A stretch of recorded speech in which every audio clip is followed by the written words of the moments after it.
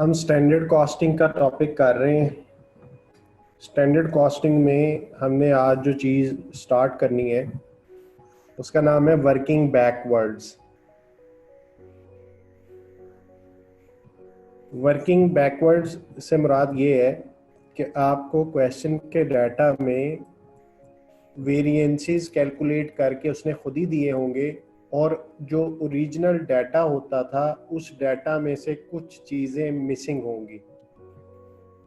आपको याद होगा कि जितने भी हमने क्वेश्चंस किए थे वहाँ पे ऐसा होता था कि हमें स्टैंडर्ड डाटा देता था, एक्चुअल डाटा देता था और कहता था वेरिएंसेस कैलकुलेट कर दें।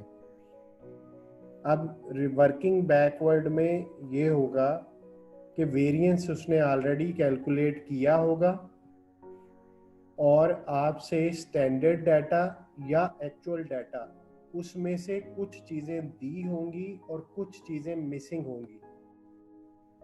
तो आपने वो मिसिंग जो चीज़ें हैं जो उसने रिक्वायरमेंट में कही होंगी उनको फाइंड आउट करना है। तो इस चीज़ को कहते हैं वर्किंग बैकवर्ड्स। तो वर्किंग बैकवर्ड एमसीक्यूज में नॉर्मली टेस्ट होता है कि आपको एक एमसीक्यू में वेरिएंस दे दिया जाए, स्टैंडर्ड डाटा, एक्चुअल डाटा दे दिया जाए और कोई एक या दो चीज़ें मिसिंग हो तो वो फाइंड करनी है। अब वो कैसे फाइंड करनी है? नहायत आसान है। अगर आपको वेरिएंसेस की अंडरस्टैंडिंग है, फार्मूलाज आते हैं तो वर्किंग कोई इशू नहीं है। तो अभी मैं आपके सामने टेस्ट योर अंडरस्टैंडिंग 15 जो कि वर्किंग बैकवर्ड से रिलेटेड है इसको पढ़ता हूँ और फिर इसकी रिक्वायरमेंट देखते हैं। B limited manufactures and distribute brake discs to the automotive sector. The company operates an integrated standard cost system in which purchases of materials are recorded at standard cost. Direct material cost and direct labor cost are variable. Production overheads are fixed and absorbed using labor hours. Actual and budgeted data for May are shown below. Budgeted direct material per unit 2 kg at the rate 5 per kg, तो ये budgeted था। Direct labor 0.5 hours per unit. Budgeted production for the month 10,000 units. 22,000 kgs of material were purchased. तो ये purchased ED last पे ED है तो ये past tense बन जाता है। तो इसका मतलब है कि ये आपने खरीदे थे, खरीद चुके हैं। तो ये एक्चुअल डाटा है। ये ऊपर वाली तीन चीजें बजटेड थी और ये एक्चुअल है।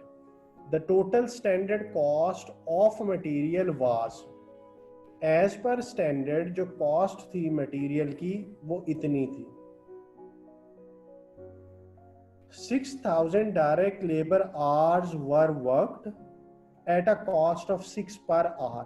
अब अगेन यहाँ पे ये वर्कड का है वर्ड, तो ये पास्ट टेंस को शो करता है और पास्ट का मतलब है जो गुजर चुका हो। तो इट मींस आपके जो एक्चुअल लेबर आवर्स हैं they are 6,000 and actual labour rate is $6 per hour. Budgeted fixed production overheads in the period were 240,000. ये budgeted fixed overheads आ गए। Actual production overheads in the period were 260,000. Variances calculated for May are as follows.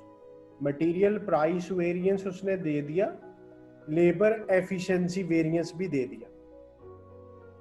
अब requirement में 10 चीजें उसने मांग ली हैं।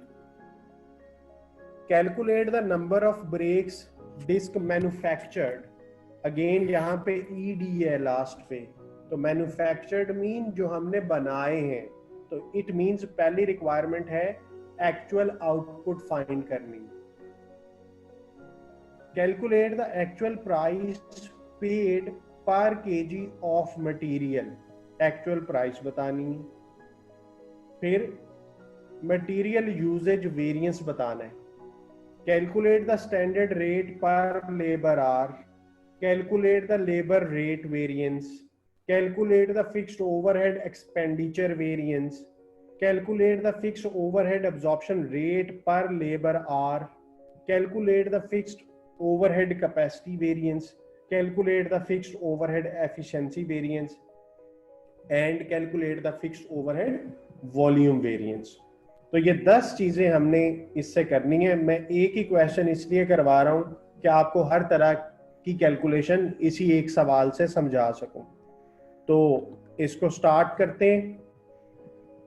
इस क्वेश्चन को सॉल्व करने का सबसे बेस्ट ट्रिक ये होता है कि जो वेरिएंस उसने आपको दिया हो ना, आप उस वेरिएंस का फॉर्मूला लिख लें। मसलन हमें इस क्वेश्चन में उसने 2 वेरिएंसेस दिए हैं। हम क्या करेंगे, हम इन दोनों वेरिएंसेस के फॉर्मूलाज लिखेंगे।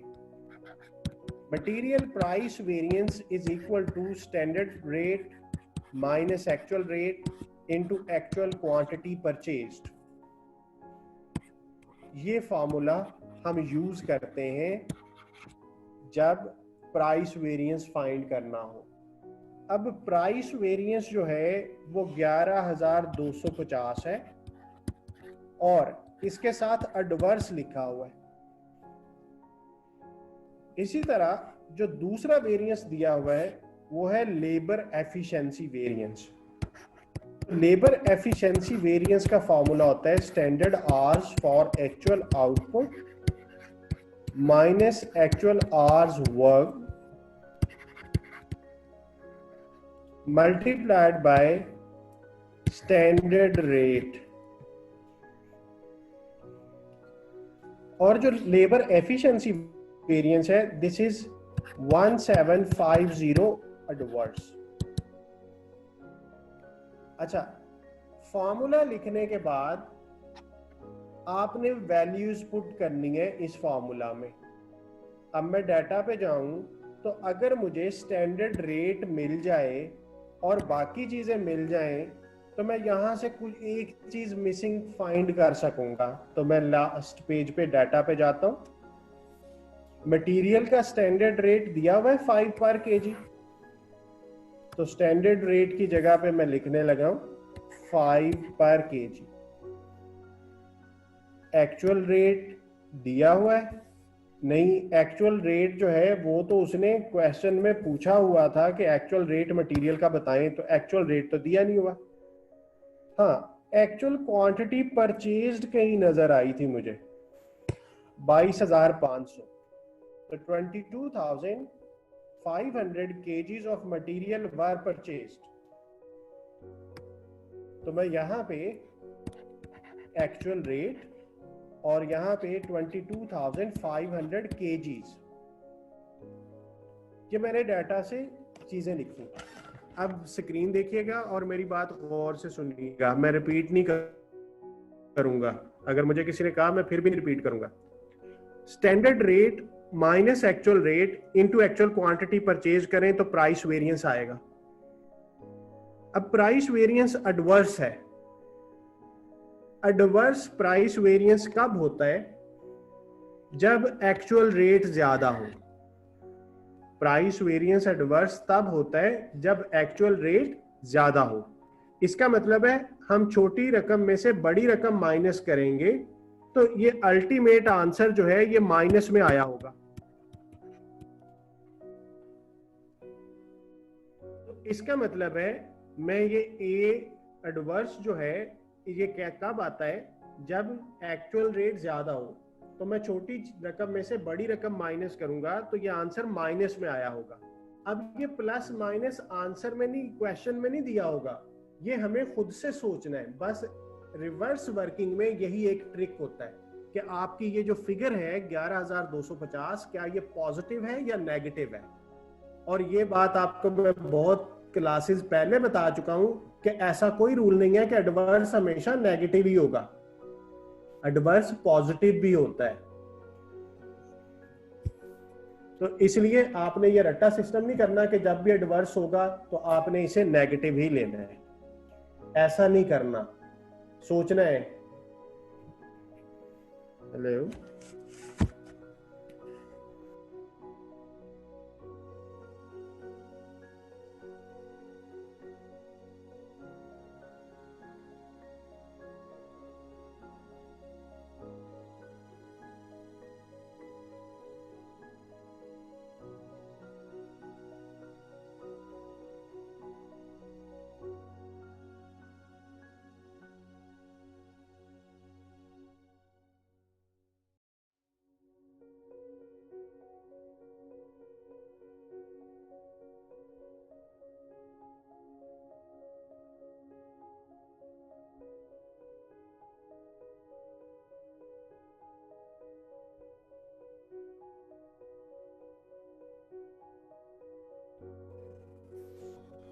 जी, तो ये माइनस में हमने इसे लिख लिया और मैं आपको इसकी रीजन बता चुका हूं। अब हम इसको सॉल्व करते हैं।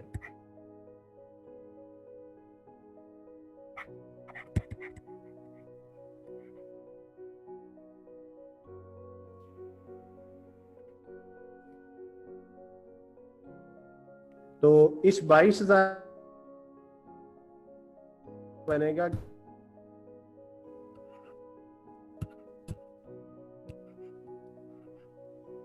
तो इसको जब सॉल्व करेंगे तो ये बना 11,250 को जब आप डिवाइड करेंगे 22,500 से,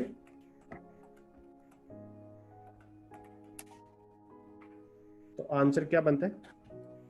-0.5 पर केजी। क्योंकि डॉलर ऊपर थे, नीचे केजी था, तो ये डॉलर पर केजी आंसर बनेगा। तो यहाँ से एक्चुअल रेट को अगर मैं सॉल्व करूं तो 5 + 0.5 will be equal to actual rate. This implies actual rate is equal to $5.5 per kg. तो ये एक्चुअल रेट जो उसने कहा था ये हमने फाइंड आउट कर लिया। तो इस चीज को कहते हैं रिवर्स वर्किंग। तो इसीलिए मैंने कहा था कि जिनको वेरिएंसेस ऑलरेडी आते हैं, रिवर्स वर्किंग उससे भी आसान है।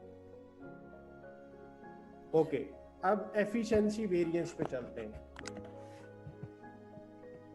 लेबर एफिशिएंसी वेरिएंस है, ये मैंने एक चीज फाइंड कर ली, ये एक्चुअल मटेरियल का रेट यहाँ से निकला।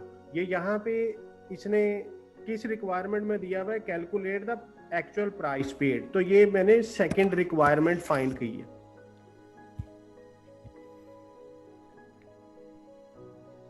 अब लेबर वेरिएंस में हमें standard hours for actual output चाहिए होते हैं, एक्चुअल आवर्स चाहिए होते हैं, स्टैंडर्ड रेट चाहिए होता है। तो डाटा में जाके चीजें ढूंढते हैं। आपको उसने लेबर का पर यूनिट टाइम दिया हुआ है जी, तो यहाँ पे आपको लेबर का पर यूनिट टाइम दिया हुआ है, बजटेड आउटपुट दी हुई है, और डायरेक्ट लेबर में 6,000 आवर्स वर्क हुए थे और एक्चुअल रेट 6 पर आवर दिया हुआ है। तो अब हम देखते हैं हमारे फार्मूला में जो चीजें हैं क्या हमें कुछ मिला। तो एक्चुअल आवर्स मिले, एक्चुअल आवर्स आगे, ये स्टैंडर्ड आवर्स मैं अभी वैसे ही लिख रहा हूँ क्योंकि मुझे डाटा में से नहीं मिले, और एक्चुअल आवर्स आगे 6,000, और स्टैंडर्ड रेट मुझे चाहिए था, स्टैंडर्ड रेट भी नहीं मिला। अब आप सबको पता है कि एक फार्मूला में दो चीजें मिसिंग हो तो हम कैलकुलेशन नहीं कर सकते। इसका मतलब है कि हमें इन दोनों में से एक चीज कहीं ना कहीं से मिलेगी। अगर वो एक चीज मिल जाए तो हम दूसरी चीज कैलकुलेट कर लेंगे। अब आपको याद होगा कि जब हम standard hours for actual output calculate करते होते थे तो इसका फॉर्मूला था per unit time multiplied by actual output. अब एक्चुअल आउटपुट तो हमने बतानी है, रिक्वायरमेंट 1 ही ये थी कि एक्चुअल आउटपुट बताएं। तो इसका मतलब है कि ये तो मिसिंग है।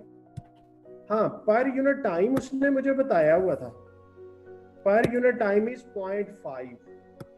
तो पर यूनिट टाइम की जगह पे मैं 0.5 लिखता हूँ, और इसका मतलब है कि यहाँ भी अगर दो चीज़ें मिसिंग हैं तो मैं इस इक्वेशन को आगे नहीं चला सकता। तो जहाँ पे दो चीज़ें मिसिंग आ जाए आपने उस पर अब इस इक्वेशन को अभी हल नहीं होगी। इसका मतलब है कि मुझे अभी ये चीज़ नहीं मिलने वाली, क्योंकि इसके लिए मुझे आउटपुट चाहिए और आउटपुट ही तो मैंने फाइंड करनी है। तो इसका मतलब है मुझे अब सोचना है कि ये चीज़ कहाँ से मिलेगी। अब स्टैंडर्ड रेट कहाँ से मिलता था? डाटा से। अब डाटा ही तो मिसिंग है। तो इसका मतलब है कि अगर मैं रेट वेरिएंस निकालूं, क्या मैं निकाल सकता हूं इस डाटा से? Labour rate variance is equal to standard rate minus actual rate into actual hours paid. अब रेट वेरिएंस या तो क्वेश्चन में दे, एक्चुअल रेट तो मुझे पता ही नहीं है कि पता है, देखते हैं पता है या नहीं। एक्चुअल रेट पता है 6 है, एक्चुअल आवर्स भी पता है, ठीक हो गया। Actual rate 6, actual hours 6000। अब बच गया स्टैंडर्ड रेट और लेबर रेट वेरिएंस।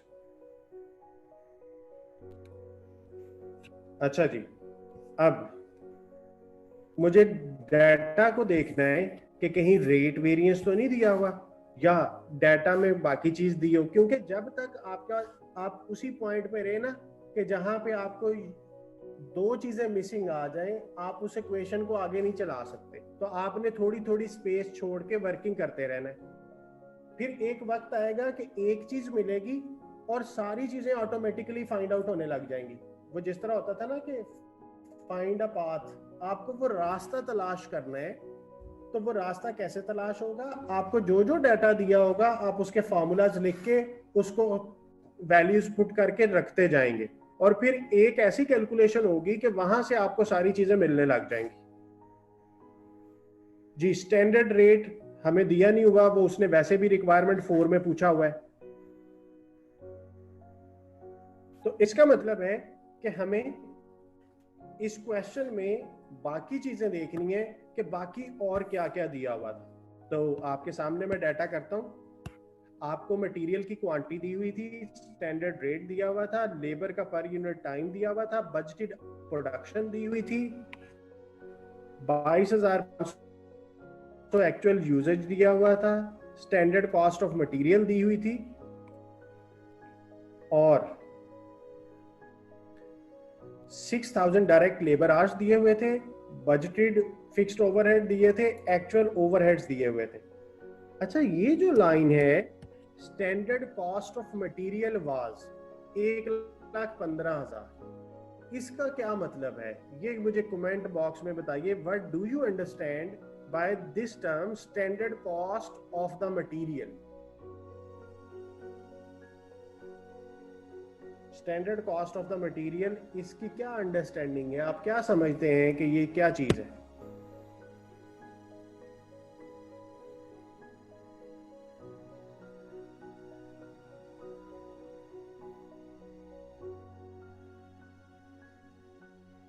नो बेटा, यूजेज वेरिएंस कैसे आ गया?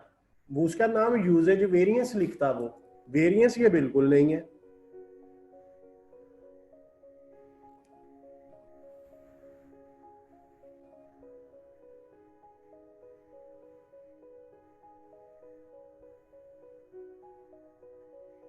इस वर्ड पे गौर करें, standard cost of the material was 115,000।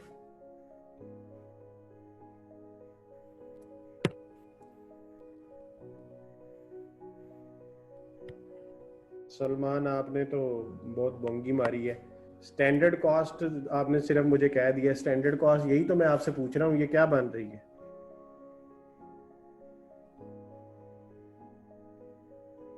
अच्छा, अगर बजटेड कॉस्ट है तो वो बजटेड ही लिख देता, उसको क्या जरूरत थी घुमाने की?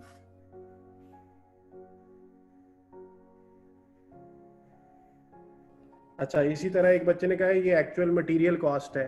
यार एक्चुअल लिखता है, अच्छा भला नाम है एक्चुअल, उसको क्या जरूरत थी स्टैंडर्ड लिखता? बजटेड कॉस्ट में ऑलरेडी बता चुका हूँ कि बजटेड नहीं है, वो बजटेड लिखता।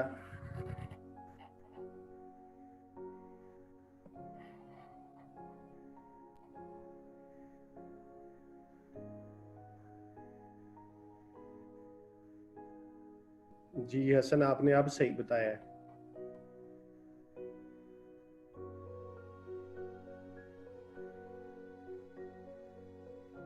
यूसुफ, आपका आंसर भी ऑलमोस्ट ठीक है।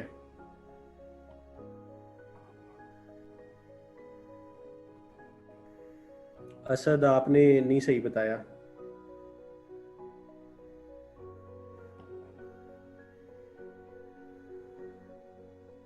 चलें, आपसे ये मुझे जवाब आने की उम्मीद नहीं है।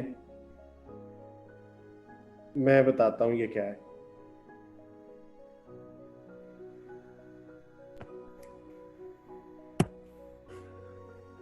Standard cost of the material was, इसका मतलब है कि मटेरियल की एक्चुअल आउटपुट पे जो कॉस्ट लगी वो इतनी है। स्टैंडर्ड कॉस्ट ऑफ मटेरियल अगर बजटेड है तो उसका मतलब है बजट के मुताबिक इतनी कॉस्ट लगनी थी। तो ये स्टैंडर्ड कॉस्ट का मतलब है standard cost of material for actual output, यानी मैंने जो यूनिट्स बनाए उनकी स्टैंडर्ड कॉस्ट इतनी थी। और ये कैसे बनी होगी, उसके लिए हमें standard quantity for actual output चाहिए और इनटू स्टैंडर्ड रेट चाहिए। अब उसने यहां पे 1,15,000 कॉस्ट तो बता दी, ये standard quantity for actual output जो है वो नहीं पता, और मटेरियल का स्टैंडर्ड रेट भी बताया हुआ है 5। तो यहां से 1,15,000 divided by $5 is equal to standard quantity for actual output. अब ये जो standard quantity for actual output है, यहाँ पे डॉलर से डॉलर कैंसिल हो जाएगा, आंसर डॉलर में नहीं आएगा, क्वांटिटी में आएगा, क्योंकि डॉलर कैंसिल हो गया। तो 1,15,000 को जब आप डिवाइड करेंगे 5 से तो ये आएगा 23,000 and this will be KGs. KGs कैसे होंगे, क्योंकि मटेरियल का मेजरिंग यूनिट क्या था इस क्वेश्चन में, केजीज। अब जब ये केजीज आए तो आपको याद होगा कि आपने एक फॉर्मूला लिखा था, standard quantity for actual output is equal to per unit quantity into actual output. अब क्वेश्चन में क्या क्या दिया हुआ है ये हमने निकाल लिया, 23,000 पर यूनिट क्वांटिटी उसने बिल्कुल बताई हुई है 2 kgs, और एक्चुअल आउटपुट हमने बतानी है। और ये 23,000 भी क्या था, केजीज थे। तो इसको जब सॉल्व करेंगे तो 23,000 भी केजीज है और 2 भी केजीज है, केजी से केजी कैंसिल हो जाएगा, तो आंसर आपका यूनिट्स में आ जाएगा। तो ये एक्चुअल आउटपुट यहां से निकल आई। तो एक्चुअल आउटपुट का आंसर क्या बना जी, बताइए। 11,500। तो ये आपकी एक्चुअल आउटपुट आई। तो मैंने आपको कहा था कि सवाल हल होने के लिए दिया जाता है, तो जरूर कोई ना कोई ऐसी चीज उसने दी होगी डाटा में जहां से आपको उसका आंसर मिल जाएगा। ओके, तो यहां से एक्चुअल आउटपुट मिल गई, और ये एक्चुअल आउटपुट पहली रिक्वायरमेंट थी ना उसकी, तो ये हमने पहली रिक्वायरमेंट फाइंड कर ली, और जो हमने पहले मेहनत की थी वो जाया नहीं गई। अब मेरा सवाल हल होने लग गया है। कैसे, मुझे यहाँ से एक्चुअल आउटपुट मिली 11,500, तो जब मैंने यहाँ पे पुट किया 0.5, तो यहाँ से क्या निकला 0.5 इंटू 11,500, तो ये आर्स आगे 5750 आर्स। तो ये कौन से आर्स हैं, standard hours for actual output. तो इसको मैं यहाँ पे लिखूंगा, एक्चुअल आर्स 6,000 और यहाँ से स्टैंडर्ड रेट निकलेगा। अच्छा, स्क्रीन पे देखिएगा, मुझे ये बताइएगा ये 1750 पॉजिटिव होगा या नेगेटिव होगा। इसके साथ मुझे पॉजिटिव लिखना है या नेगेटिव लिखना है, कमेंट बॉक्स में बताइए, शाबाश, क्योंकि मैंने इस पे अभी पॉजिटिव नेगेटिव नहीं लिखा था।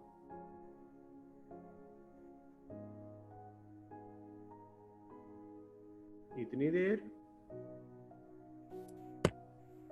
जी, शाबाश, नेगेटिव। क्योंकि बड़ी रकम 6000 है तो वैसे भी हमें पता है कि एडवर्स तभी होता है जब एक्चुअल आर्स ज़्यादा हो। तो इसको सॉल्व करते हैं जी। ये बना इन दोनों -1750 इज इक्वल टू, इन दोनों का डिफरेंस कितना आता है, -250 इंटू स्टैंडर्ड रेट। तो ये 250 इधर आएगा, माइनस से माइनस कैंसिल हो गया और इसको डिवाइड कर दें तो यहाँ से स्टैंडर्ड रेट का आंसर आ जाएगा 1750 डिवाइडेड बाय 250, तो ये आ गया $7 पर आवर। ये पर आवर कैसे बना, क्योंकि ये ऊपर वाली रकम डॉलर में है और नीचे वाली आवर्स में, तो ये पर आवर आंसर आ गया। तो ये देखें, ये हमने स्टैंडर्ड रेट निकाला, तो स्टैंडर्ड रेट भी तो एक रिक्वायरमेंट थी ना, standard rate per labour our. तो ये हमने 4th रिक्वायरमेंट कंप्लीट कर ली। फिर उसी तरह अब हम जो कर चुके हैं मैं उनको टिक करता हूँ। 1 कर लिया है, एक्चुअल प्राइस मटेरियल की वो भी हम निकाल चुके हैं कि नहीं, हाँ जी, एक्चुअल प्राइस हम मटेरियल की कैलकुलेट कर चुके हैं। मटेरियल यूजेज वेरिएंस रहता है, तो यूजेज वेरिएंस कर लेते हैं कैलकुलेट 3rd। तो यूजेज वेरिएंस को मैं इधर पिछले पेज पे ही कर लेता हूं जहां पे मैंने ये कैलकुलेशन की थी। मटेरियल यूजेज वेरिएंस जो है उसका फार्मूला होता है standard quantity for actual output minus actual quantity used into standard rate. अब standard quantity for actual output 23,000 already find कर चुके हैं। एक्चुअल क्वांटिटी यूज्ड उसने 22,500 आपको क्वेश्चन में बताई हुई थी, और स्टैंडर्ड रेट मटेरियल का 5 है। तो यहाँ से मटेरियल यूजेज वेरिएंस का आंसर क्या आएगा, 500 इंटू 5 2500। तो ये फेवरेबल है क्योंकि आपने एक्चुअल क्वांटिटी कम यूज की है। तो ये 3rd रिक्वायरमेंट भी क्वेश्चन की हमने कर ली, मटेरियल यूजेज वेरिएंस। 4th कर चुके हैं। फिर 5वीं में कहता है लेबर रेट वेरिएंस। तो लेबर रेट फॉर्मूला मैंने ऑलरेडी लिखा था, तो लेबर का स्टैंडर्ड रेट अगर हो तो रेट वेरिएंस आ सकता है। तो स्टैंडर्ड रेट हम निकाल चुके हैं ना, standard rate of labour 7 per hour. तो मैंने कहा था कि एक वक्त आएगा कि एक मिसिंग कैलकुलेशन हो जाएगी और जैसे ही कैलकुलेशन होगी बाकी सारे रास्ते खुल जाएंगे। तो अब हम जो चीजें कैलकुलेट कर चुके हैं वही यहाँ पे यूज हो जाएंगी। तो 7 - 6 इंटू 6000, तो इसका आंसर आ जाएगा 6000, और एक्चुअल रेट क्योंकि कम है तो ये फेवरेबल होगा। तो ये हमने 5th रिक्वायरमेंट जो है उसको भी कर लिया, लेबर रेट वेरिएंस को।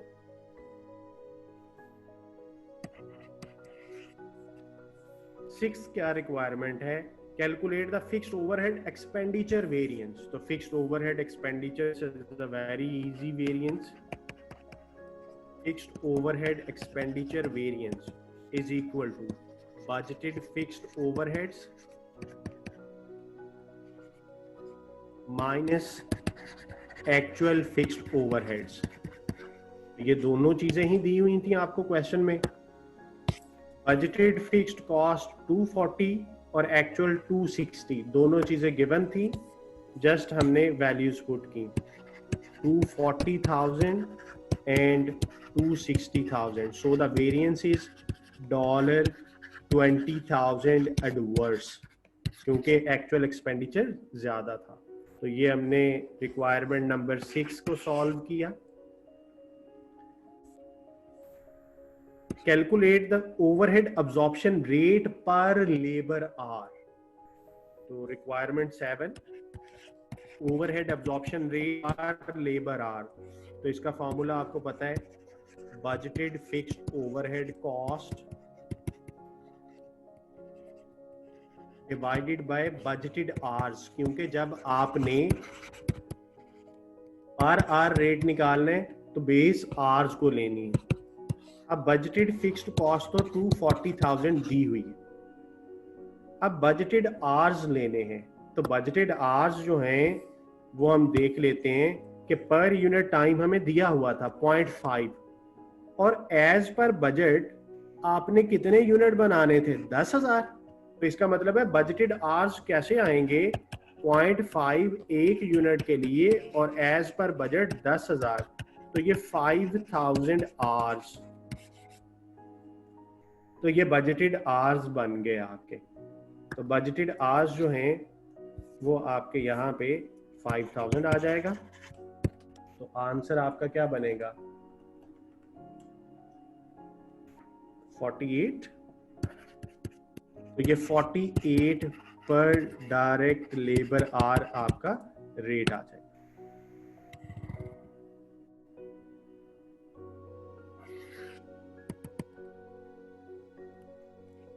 Okay, now the next requirement is requirement 8. Calculate the fixed overhead capacity variance. तो capacity variance का फॉर्मूला, ये तो variance की कैलकुलेशन ही है simple. Fixed overhead capacity variance, जब भी मैं कोई फार्मूला लिखूं अपने जहन पे जोर दे के फार्मूला जहन में ले आया करें। मुझे ना बताएं, बस खुद ही अपना मुहासबा करते रहें कि आपको आता है कि नहीं। Budgeted hours minus actual hours into overhead absorption rate per hour. Budgeted hours are 5,000, actual hours are 6,000। Data में दिया हुआ था 5,000, हमने कैलकुलेट किया डाटा से, और OAR पर आवर हम ऑलरेडी कैलकुलेट कर चुके हैं। तो ये आंसर आया 48,000। Is it favorable or adverse? Please tell me whether this variance is favorable variance or adverse variance. जी शाबाश, फेवरेबल है, ठीक, क्योंकि आपने एक्चुअल ज्यादा काम किया है, कैपेसिटी थी ये। And what is the 9th requirement? Calculate the fixed overhead efficiency variance. So we can calculate fixed overheads efficiency variance. The formula is standard hours for actual output minus actual hours worked into overhead absorption rate per hour. Standard hours for actual output का formula होता है per unit time into actual output। तो actual output हम already find कर चुके हैं 11,500, और actual hours जो हैं वो 6,000 हैं, और overhead absorption rate per hour is 48।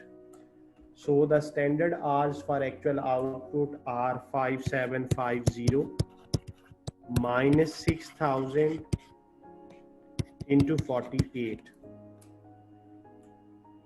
So 250 into 48, 12,000.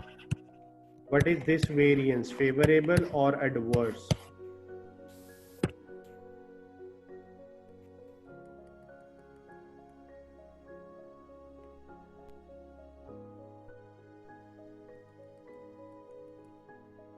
शाबाश, दिस इज एडवर्स वेरिएंस, क्योंकि ये एफिशिएंसी थी। अच्छा, ये जो कैपेसिटी वेरिएंस में 2-3 बच्चों ने मुझे एडवर्स का आंसर भेजा था, तो वो लोग क्लियर कर लें कि कैपेसिटी में आपने स्टेमिना देखना होता है कि as per budget you were suppose to work for 5,000 hours but your workers worked for 6,000 hours, so they are having a good stamina. तो कैपेसिटी में ये फेवरेबल है। और एफिशिएंसी में you are suppose to work 11,500 units in 5,750 hours, but you did to take 6,000 hours। तो यहाँ आपने काम को लेट किया, ये एफिशिएंसी है, तो एफिशिएंसी एडवर्स हो गई। लेकिन कैपेसिटी में आपका स्टेमिना देखा जा रहा है, तो वो फेवरेबल था। What is the last requirement? Calculate the fixed overhead volume variance। तो वॉल्यूम वेरिएंस कैलकुलेट हम कर सकते हैं किस तरीके से? एफिशिएंसी और कैपेसिटी को जमा कर लें।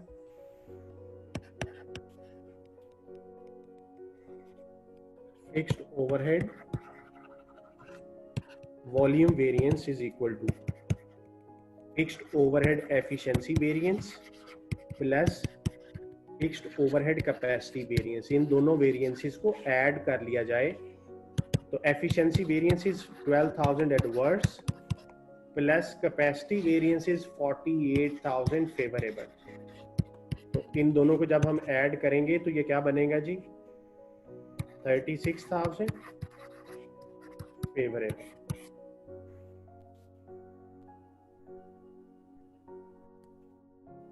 ठीक है जी, हमने इन दोनों वेरिएंसेस को ऐड किया। अब आप कह रहे होंगे सर बोल तो ऐड रहे हैं लेकिन कर लेस रहे हैं। ये ऐड ही हुए हैं, ये लेस सिर्फ इस ए और एफ की वजह से हुआ है। ये बात मैं आपको बहुत पहले बता चुका हूं कि फेवरेबल और एडवर्स दो ऑपोजिट साइन होते हैं तो ये बेसिकली आपस में नेट हो जाते हैं। तो ये लेस ही है, लेकिन हम इसे जब बोलते हैं तो हम साइन प्लस का लिखेंगे।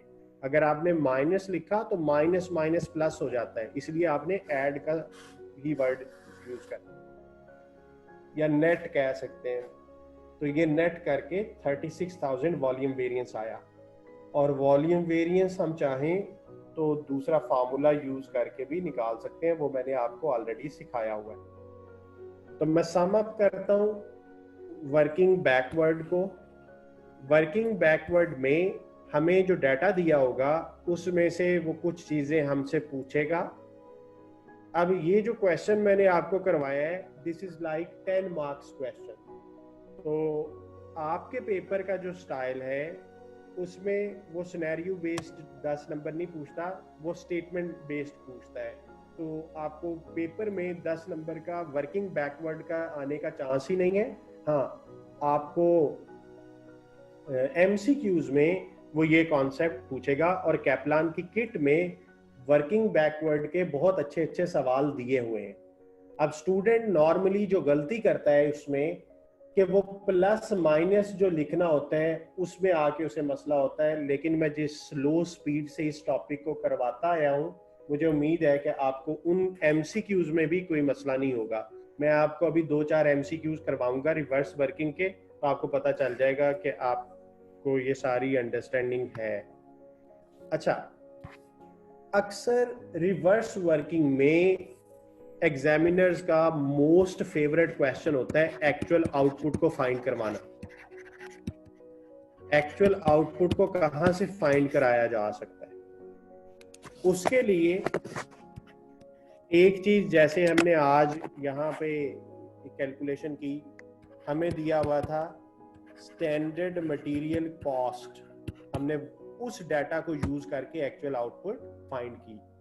इसी तरह हमें स्टैंडर्ड लेबर कॉस्ट भी तो दे सकता था, हम वहां से भी एक्चुअल आउटपुट निकाल सकते थे। फिर तीसरी चीज, हम मटेरियल यूजेज वेरिएंस से भी एक्चुअल आउटपुट तक पहुंच सकते हैं। फिर इसी तरह हम लेबर के एफिशिएंसी वेरिएंस से भी एक्चुअल आउटपुट तक पहुंच सकते हैं, क्योंकि इन चीजों में एक्चुअल आउटपुट कहीं ना कहीं यूज हुई होती है। जैसे यूजेज वेरिएंस है तो उसका फार्मूला होता है standard quantity for actual output, तो हम इस फार्मूला से भी एक्चुअल आउटपुट तक पहुंच सकेंगे। इसी तरह एफिशिएंसी वेरिएंस में वर्ड यूज होता है standard hours for actual output, तो वहां पे भी एक्चुअल आउटपुट का यूजेज है, तो इसलिए एफिशिएंसी वेरिएंस से भी हम पहुंच सकते हैं। तो वो लेबर एफिशिएंसी हो, वो वेरिएबल ओवरहेड की एफिशिएंसी हो, या फिक्स्ड ओवरहेड की एफिशिएंसी हो, तो इन सारे वेरिएंसेस से हम किसी ना किसी तरह एक्चुअल आउटपुट पे पहुंच सकते हैं। तो जब भी एक्चुअल आउटपुट दी हो तो हमने सबसे पहले देखना है, एक्चुअल आउटपुट जब पूछी हो तो हमने सबसे पहले ये देखना है कि वेरिएंस कौन से दिए हैं। तो सवाल को हल करने का बेस्ट वे यही होता है कि जो वेरिएंस उसने दिया हुआ है उस वेरिएंस का फॉर्मूला लिखें, वैल्यूज पुट करें, और अगर स्टॉपेज हो जाए, जैसे मैंने दोनों वेरिएंसेस लिखे तो मैं उसे हल नहीं कर सका। क्यों? क्योंकि एक इक्वेशन में दो चीजें मिसिंग थी। तो इसका मतलब है मैं थोड़ी सी जगह छोड़ दूं वर्किंग के लिए और मैं अगले डाटा पे चला जाऊं, और जैसे ही एक चीज मिलेगी हम इस काबिल होंगे कि 3-4 रिक्वायरमेंट्स उसी एक स्टेप में हमने कर लेनी है। तो जैसे ही हमें एक्चुअल आउटपुट मिली, हमने स्टैंडर्ड रेट निकाल लिया, हमने एक्चुअल रेट निकाल लिया मटेरियल का, और इसी तरह हमने फिर बाकी सारी कैलकुलेशंस भी कर ली।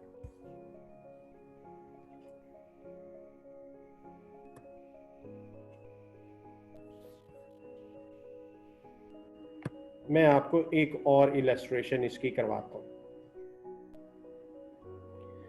ये देखिएगा जी, इलस्ट्रेशन 12। अब ये एमसीक्यू स्टाइल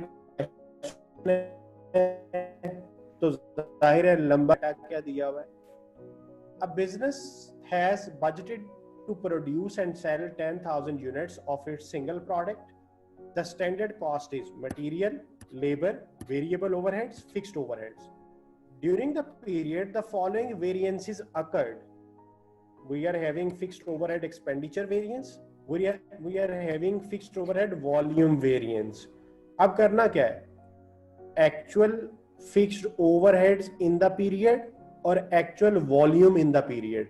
तो दो वेरिएंस दिए हैं, दोनों के फार्मूलाज लिखने हैं। मैंने आपको क्या इसका तरीका बताया है कि जो वेरिएंसेस दिए हों उनके फार्मूलाज लिखने हैं। तो उसने मुझे जी वेरिएंस दिया हुआ है fixed overhead expenditure variance. So the formula is budgeted fixed overhead cost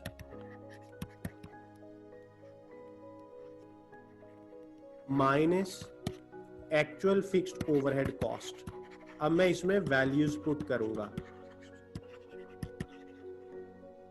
the fixed overhead variance is 4000 adverse, और एक्चुअल तो मैंने बताना है, तो इसका मतलब है एक्चुअल को तो ऐसे ही लिख लूं क्योंकि वो पहली रिक्वायरमेंट है। पार्ट ए में एक्चुअल ओवरहेड्स ही तो बताने हैं। इसका मतलब है बजटेड या तो दिया होना चाहिए या मैं निकाल लूंगा। अभी फिलहाल दिया तो नहीं है, दिया होता तो मैं यहां लिख लेता स्ट्रेट फॉरवर्ड। तो इसका मतलब है मैं इस फार्मूला को अभी यहां छोड़ूं और मैं दूसरा फार्मूला लिखूं, फिक्स्ड ओवरहेड वॉल्यूम वेरिएंस। अब जो वेरिएंस होता है उसका एक तरीका तो एफिशिएंसी और कैपेसिटी है, और एक वो यूनिट्स वाला फार्मूला भी है, budgeted units minus actual units into overhead absorption rate per unit। अच्छा, वॉल्यूम वेरिएंस भी दिया हुआ है 12,000 favourable. Overhead absorption rate per unit मुझे नजर आ रहा था डाटा में 8 है, पर यूनिट ओवरहेड 8 है।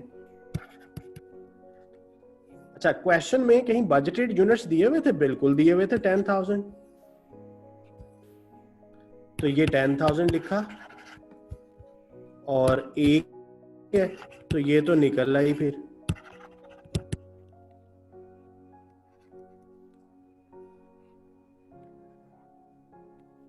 अच्छा, मुझे ये बताइएगा, उसने लिखा था 12,000 फेवरेबल, तो ये पॉजिटिव फिगर होगी या नेगेटिव? ये जो 12,000 फेवरेबल है, इसके साथ अब मैंने पॉजिटिव लगाऊं या नेगेटिव?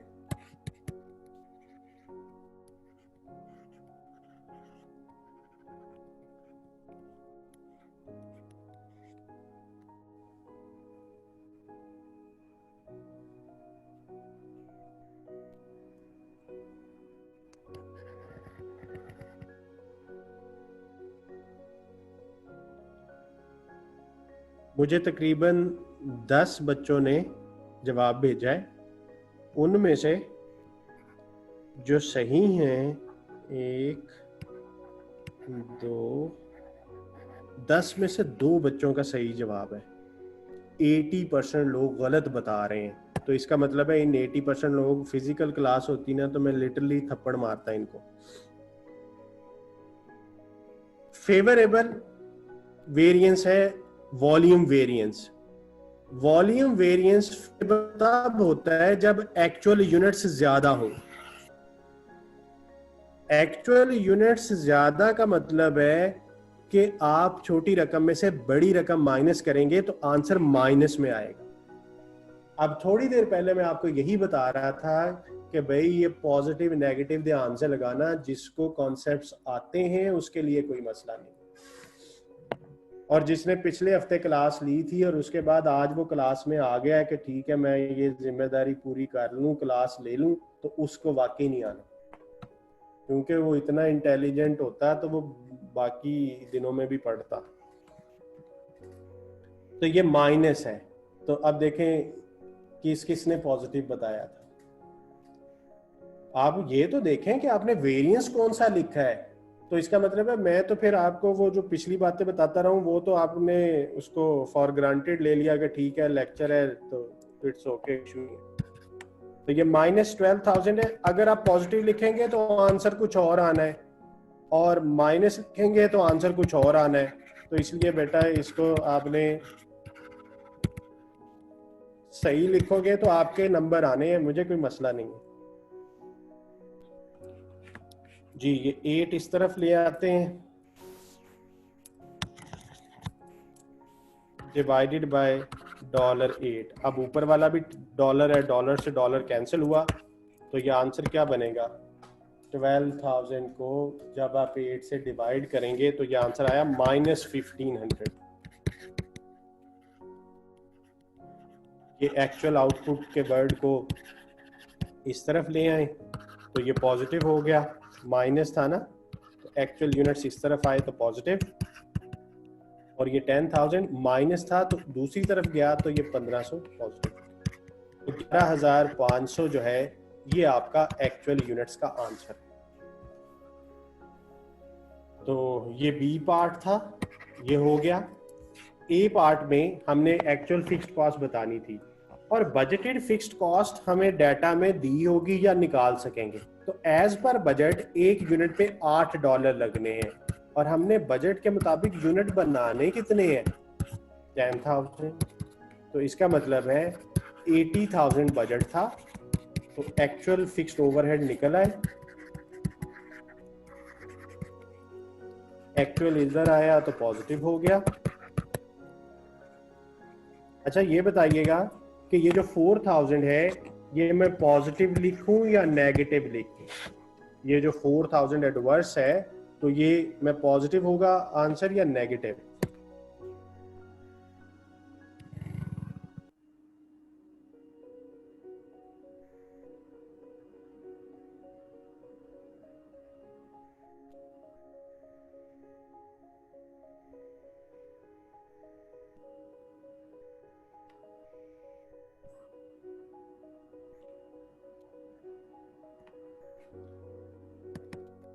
कुछ लोगों का मैं कुछ नहीं कर सकता, वो उनको मैं उनके हाल पे छोड़ रहा हूँ, पॉजिटिव बताएं या नेगेटिव बताएं उन्होंने नहीं सीखना जी। Fixed overhead expenditure variance adverse का मतलब है एक्चुअल कॉस्ट ज्यादा थी, तो अगेन ये माइनस होगा। तो ये बना 80,000, माइनस था 4,000 तो दूसरी तरफ गया प्लस हो गया। So actual fixed overhead cost is 84,000। तो ये हमने ए और बी दोनों पार्ट्स कर लिए, और ये इसका सोल्यूशन है। उसका तरीका मेरे तरीके से डिफरेंट हो सकता है, but the answer will be same. तो ये देखें एक्चुअल फिक्स्ड ओवरहेड उसने कैलकुलेट किए 84,000, मैंने भी 84,000 कैलकुलेट किए। वॉल्यूम 11,500 यूनिट्स, मेरा ख्याल है मैंने भी यही कैलकुलेट किया जी, 11,500 ही है। तो ये इसका मैंने सोल्यूशन कर दिया। ये एक MCQ किया था, अभी एक दो और करते हैं ताकि आप इसमें यूज टू हो जाए। ब्रेक कर लें, ब्रेक के बाद जी ब्रेक के बाद स्टार्ट करते हैं। टेस्ट योर अंडरस्टैंडिंग 12 देखें। इन a period 11280 kgs of material were used at a total standard cost of 46,248। इतने किलो यूज हुए, स्टैंडर्ड कॉस्ट इतनी थी। The material usage variance was 492 adverse. Calculate the standard allowed weight of the material for the period. अब देखें इसमें भी एक missing चीज पूछी है, यूजेज वेरिएंस दिया हुआ है, तो मैं यूजेज वेरिएंस का फॉर्मूला लिखूंगा। standard quantity for actual output minus actual quantity used into standard rate. What is the usage variance? 492 adverse. Standard quantity ही हमसे पूछी है, standard quantity for actual output minus actual quantity used. अब actual quantity used जो है वो उसने बताई हुई है 11,280 और स्टैंडर्ड रेट बताया नहीं हुआ, लेकिन उसने हमें स्टैंडर्ड कॉस्ट बताई हुई है। अब स्टैंडर्ड कॉस्ट का फॉर्मूला हमने अभी थोड़ी देर पहले पढ़ा कि standard quantity for actual output into standard rate. Standard quantity standard cost जो है 46,248, standard quantity for actual output जो है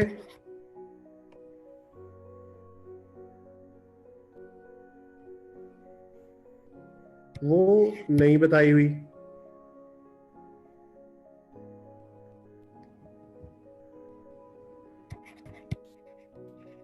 और स्टैंडर्ड रेट भी नहीं है।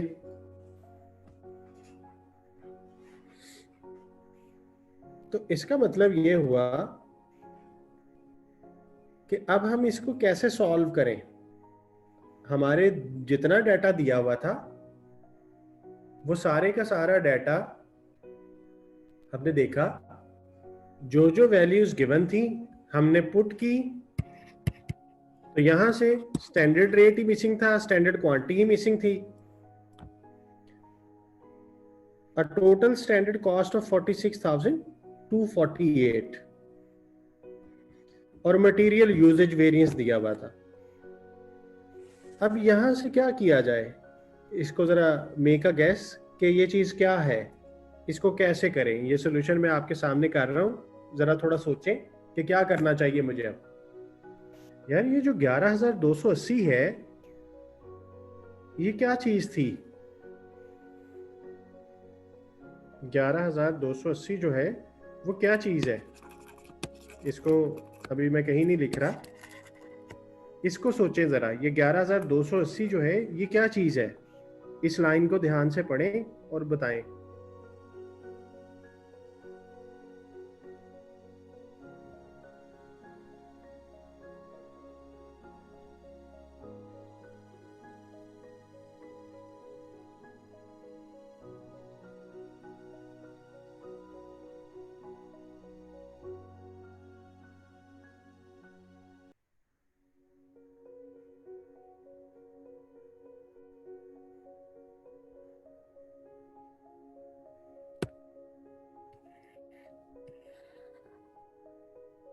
जी हसन, बिल्कुल सही है। एक्चुअल क्वांटिटी यूज्ड है।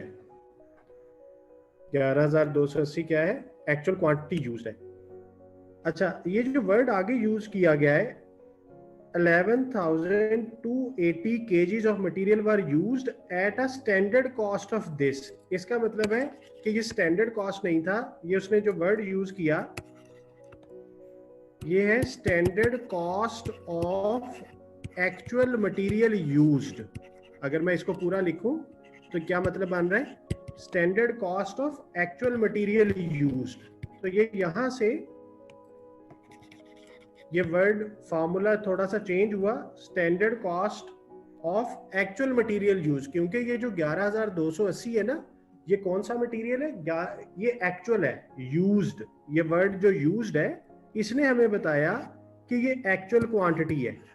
ये 11,280 एक्चुअल क्वांटिटी है, लेकिन कहता है इस एक्चुअल क्वांटिटी की जो स्टैंडर्ड कॉस्ट है वो 46,248 है। तो इसका मतलब है इसका जो रेट लगा है वो स्टैंडर्ड वाला यूज हुआ है। तो एक्चुअल क्वांटिटी 11,280 है। तो यहां से हमें स्टैंडर्ड रेट निकालने में मदद मिलेगी। 46,248 डिवाइडेड बाय 11,280। तो यहां से स्टैंडर्ड रेट कैलकुलेट करें, क्या आता है? 46,248 डिवाइडेड बाय 11,280, तो ये 4.1 आया। तो जिन्होंने मुझे कैलकुलेट करके आंसर बताया था वो देख लें, उनका आंसर थोड़ा थोड़ा चेंज है। तो इस तरीके से होना है। तो ये आपका स्टैंडर्ड रेट आया, तो स्टैंडर्ड रेट हमें मिल गया यहाँ से। तो यहाँ पे अब हम स्टैंडर्ड रेट की वैल्यू पुट करेंगे 4.1, ये हमें ऑलरेडी दिया हुआ है 11,280। तो यहाँ से standard quantity for actual output निकालेंगे। अच्छा ये बताइए कि ये जो 492 दिया हुआ है ये पॉजिटिव है या नेगेटिव है? 492 एडवर्स जो है, अब मैंने इसका एडवर्स खत्म करना है, तो मुझे इसके साथ पॉजिटिव साइन लगाना है या negative sign?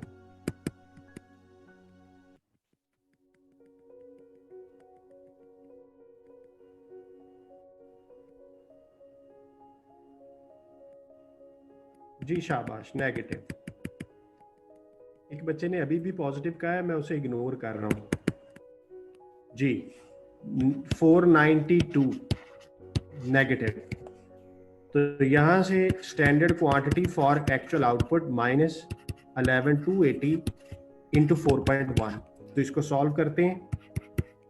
Minus 492 divided by 4.1 is equal to standard quantity for actual output minus 11,280।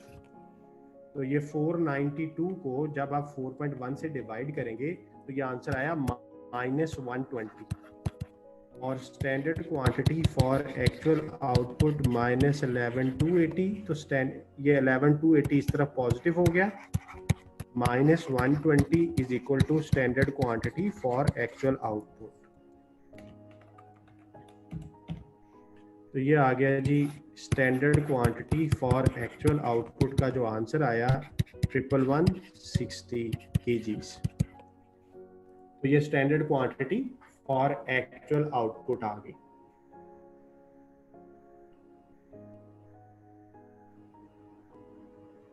और हमने यही बतानी थी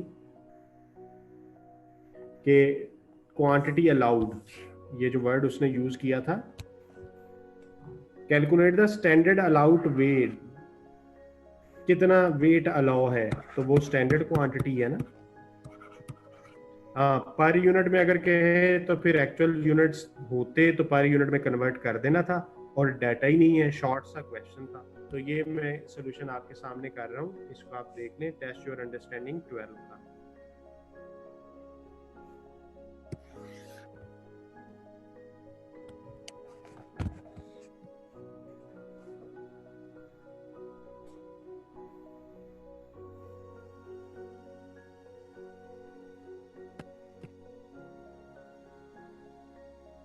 जीत ताहा और मोहम्मद आदिल, आंसर आपका बिल्कुल ठीक है। चलें अब एक और क्वेश्चन करते हैं। Test your understanding 13। In a period 6500 units were made, तो ये एक्चुअल आउटपुट है, and there was an adverse labour efficiency variance 26,000।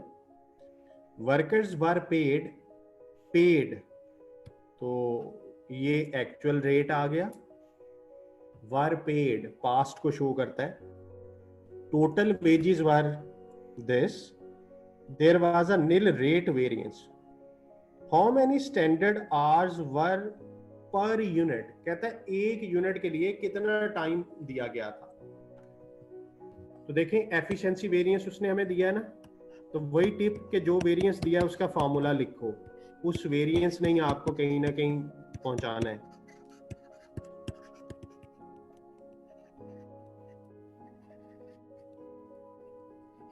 अब efficiency variance 26,000 adverse, standard hours for actual output minus actual hours worked. अच्छा, actual hours भी बज़ाहिर नजर नहीं आ रहे, ठीक है।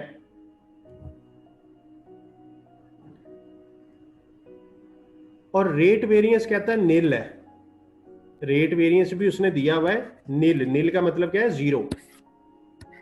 Labour rate variance is equal to standard rate minus actual rate into actual hours paid, ये फॉर्मूला होता है। स्टैंडर्ड रेट नहीं पता, एक्चुअल रेट पता है और ये आंसर 0 है, और आवर्स पेड जो हैं वो भी हमें नहीं पता। वेजेस का फॉर्मूला तो हमें पता है, वेजेस किसके बराबर होती हैं, आवर्स इंटू रेट। तो आवर्स यहां से निकल आएंगे, रेट 8 दिया हुआ है और वेजेस टोटल में दी हुई है 182,000। तो यहां से आप आवर्स निकाल लेंगे, 182,000 डिवाइडेड बाय 8, तो ये आ गया 2275, 22,750। तो यहाँ पे एक्चुअल आवर्स आ गए 22,750। अब रेट वेरिएंस नील है, तो इसका मतलब है स्टैंडर्ड रेट क्या निकलेगा, इसको अगर हम सॉल्व करें तो ये आया, ये 2275 जब उधर गया तो 22,750 जब उधर गया तो ये बचा, और यहां से स्टैंडर्ड रेट का आंसर आ गया 8, क्योंकि ये चीज 0 हो जाए और -8 दूसरी तरफ जाके +8 हो जाएगा। और अगर हम चाहते तो हम जुबानी भी कह सकते थे कि रेट वेरिएंस क्योंकि नील है तो इसका मतलब है जो एक्चुअल रेट है वही स्टैंडर्ड रेट है। तो जुबानी भी भरोसा किया जा सकता था कि नील वेरिएंस का मतलब है कि एक्चुअल रेट और स्टैंडर्ड रेट दोनों बराबर है। तो चाहते तो ना कैलकुलेशन करते, लेकिन मैंने आपको कैलकुलेशन करके भी दिखा दी है। तो ये रेट वही आया स्टैंडर्ड रेट। तो यहाँ पे आ गया जी स्टैंडर्ड रेट, और एक्चुअल आवर्स हम निकाल चुके हैं 22,750। तो इसको अब सॉल्व करते हैं। ये बताइए ये 26,000 पॉजिटिव है या नेगेटिव है?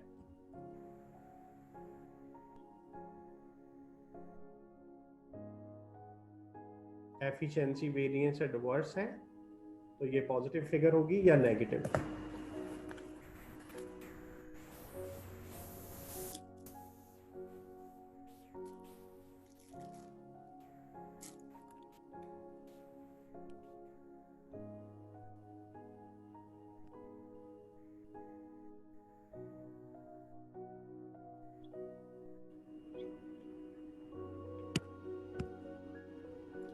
जी शाबाश, नेगेटिव।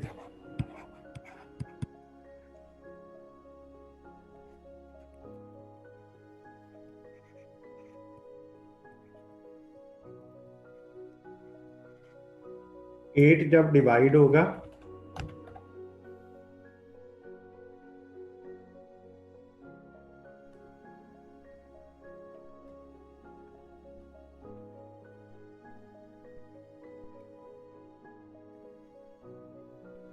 तो ये -3250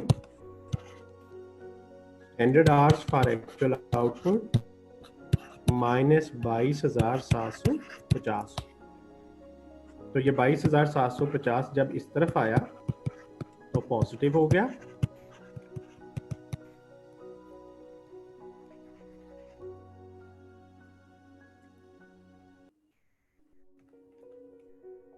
तो 19,500 बन गए स्टैंडर्ड आवर्स और एक्चुअल आउटपुट। अब हमने बताना क्या था, standard labour time per unit. तो हमें याद है कि standard hours for actual output कैसे निकलते थे, per unit time multiplied by actual output. तो ये स्टैंडर्ड आवर्स हम निकाल चुके हैं 19,500 पर यूनिट टाइम उसने हमसे पूछा है, और एक्चुअल आउटपुट उसने मुझे क्वेश्चन में बताई हुई थी 6,500 यूनिट्स वर मेड।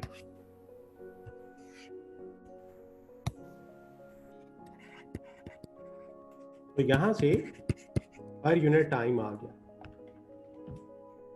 3 आवर्स। तो ये आंसर है जी। कैलकुलेशन आपके सामने है, क्वेश्चन भी आपके सामने है, अगर अभी क्वेश्चन है तो पूछ लें। जो प्रॉब्लम आएंगे, जो क्वेश्चन नहीं होंगे, वो आपने मुझे कल की क्लास में बताना है कि ये करवा दें, ये करवा दें, वो आपने लिख लेने। क्लास के शुरू में मैं आपसे पूछूंगा कि कौन कौन से किट में से मैंने सवाल करवाने हैं, तो वो फिर मैं कल करवाऊंगा। अभी हमने इस चैप्टर में कुछ और बातें डिस्कस करनी है छोटी छोटी। हम उनकी तरफ आते हैं। रिवर्स वर्किंग को हमने काफी डिस्कस कर लिया।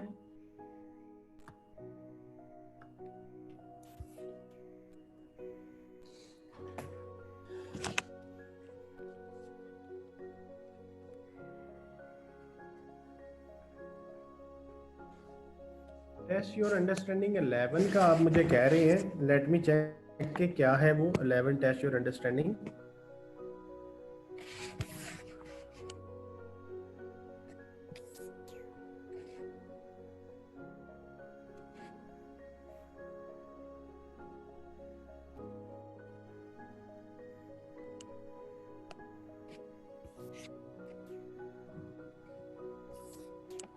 ये तो ऑपरेटिंग स्टेटमेंट का है और ये हम ऑलरेडी इसको डिस्कस कर चुके हैं, इसमें कोई इशू तो नहीं है। सेल्स वॉल्यूम वेरिएंस बताना है, प्राइस वेरिएंस बताना है, मटेरियल प्राइस वेरिएंस बताना है, मटेरियल यूजेज वेरिएंस बताना है, तो सारा डाटा दिया हुआ है, जस्ट वेरिएंसेस कैलकुलेट करने हैं। तो ये लेबर वर्क जो है ये आप, इसमें कोई इशू तो कोई नहीं है, डाटा तो सारा मौजूद है, इसको खुद ट्राई करें।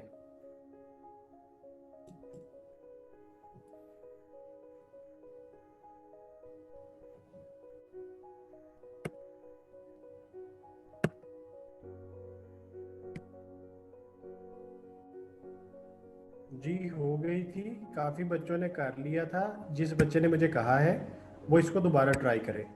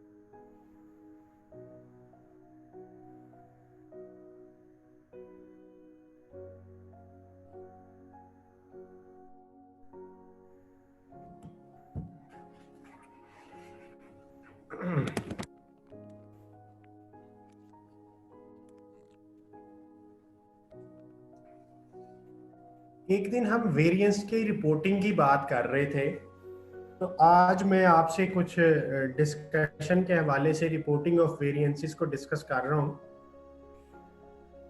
In reporting of variances the concept of responsibility accounting should be followed. Responsibility accounting से क्या मुराद है? आपको याद होगा शुरू के चैप्टर में पढ़ा था कि dividing an organisation into different reporting departments like cost center, revenue center, तो वेरिएंसेस जो हैं वो कॉस्ट सेंटर के मैनेजर्स की रिस्पॉन्सिबिलिटी है। So that a variance report to an individual manager should only include figure relating to his own area of responsibility। जैसे material usage variance है तो उसके लिए कौन रिस्पॉन्सिबल होगा, और जो प्राइस वेरिएंस है उसके लिए कौन रिस्पॉन्सिबल होगा। तो हर मैनेजर का एरिया ऑफ रिस्पॉन्सिबिलिटी जो है वो डिफरेंट होता है, तो हर मैनेजर को अपने अपने एरिया के लिए रिस्पॉन्सिबल ठहराना चाहिए। Within his area of control if more figures are given then they are usually reported in the form of for information only. मसलन मैं आपको एफसीएमए पढ़ा रहा हूं तो मुझे एफसीएमए से रिलेटेड इश्यूज बताने चाहिए, लेकिन मैं as a joint director Faisalabad campus को हेड भी कर रहा हूं। तो जब मैं फैसलाबाद कैंपस को हेड कर रहा हूं तो फैसलाबाद कैंपस के बच्चे बाकी सब्जेक्ट्स भी पढ़ते होंगे, तो जो एफसीएमए के सब्जेक्ट से रिलेटेड इश्यूज आएंगे वो मुझे बताए जाएंगे, क्योंकि वो तो मैं ही रिस्पॉन्सिबल हूं उसके लिए। हाँ, स्टूडेंट बाकी सब्जेक्ट्स जो पढ़ रहे हैं उनके इश्यूज भी मुझे बताए जाएंगे फॉर इंफॉर्मेशन ओनली, कि मुझे पता हो कि मेरे स्टूडेंट जिससे पढ़ रहे हैं उनको बाकी सब्जेक्ट्स में क्या इश्यूज हैं। तो ये मैंने आपको पढ़ाने के लिए एक एग्जांपल दी है, समझाने के लिए। अब प्रैक्टिकली मैं अगर एक कॉस्टिंग डिपार्टमेंट का हेड हूं और मुझे उसमें यूजेज वेरिएंस आता है, लेबर के वेरिएंसेस आते हैं, तो मुझे एज अ डिपार्टमेंटल हेड कुछ चीजें डायरेक्टली मेरे कंट्रोल में होंगी और कुछ के लिए अदर लोग रिस्पॉन्सिबल होंगे। जैसे हमने मटेरियल परचेज में पढ़ा कि मटेरियल को खरीदता कौन है? Purchase department. अब जो परचेज प्राइस का वेरिएंस होगा वो प्रोक्योरमेंट वाले की रिस्पॉन्सिबिलिटी है, लेकिन मुझे बताया जरूर जाएगा फॉर इंफॉर्मेशन ओनली। तो इसलिए उसने कहा कि जब हमने रिपोर्ट बनानी है तो हमें हर बंदे को उसके अपने वेरिएंसेस बताने हैं। हाँ, कुछ ऐसे वेरिएंसेस हो सकते हैं जो हमें इसलिए बताने पड़ जाएं कि वो इंफॉर्मेशन के लिए इस मैनेजर को पता होना चाहिए। Several questions may be asked before deciding whether or not to investigate a variance. This is very important point. कहता है मुझे जब इन्वेस्टिगेशन करनी है, इन्वेस्टिगेशन याद होगा मैंने एक दिन डिस्कस किया था कि इन्वेस्टिगेशन से मुराद है कि ये वेरिएंस क्यों आया, मुझे उसकी डिटेल्स चाहिए।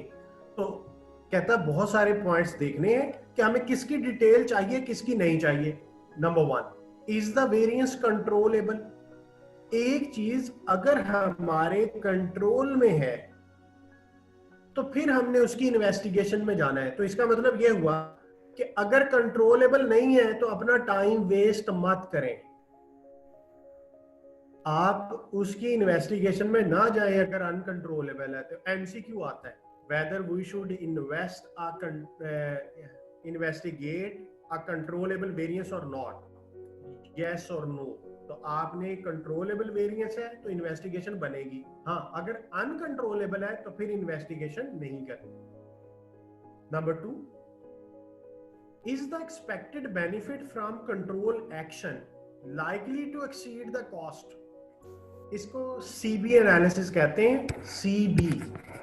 सीबी एनालिसिस बताता है कॉस्ट बेनिफिट एनालिसिस, कि आप अगर एक काम करते हैं तो उसको करने की कॉस्ट क्या है और उससे होने वाला बेनिफिट क्या है, तो आप दोनों को कंपेयर करें। जब भी आपने इन्वेस्टिगेशन में जाना है तो इन्वेस्टिगेशन में जाने से आप ये देखें कि इसको मैं कंट्रोल करता हूं तो कॉस्ट कितनी है और मुझे इससे बेनिफिट क्या होगा, तो उस चीज को देखना है। और हमेशा उस वेरिएंस की इन्वेस्टिगेशन की जाती है जिसमें इन्वेस्टिगेशन में बेनिफिट ज्यादा हो।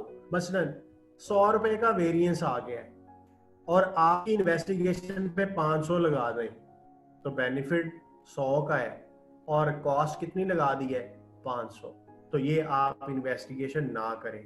तो इसलिए आपको रूल सिखाया जा रहा है, we will investigate only those variances whose benefit is greater than cost of investigation।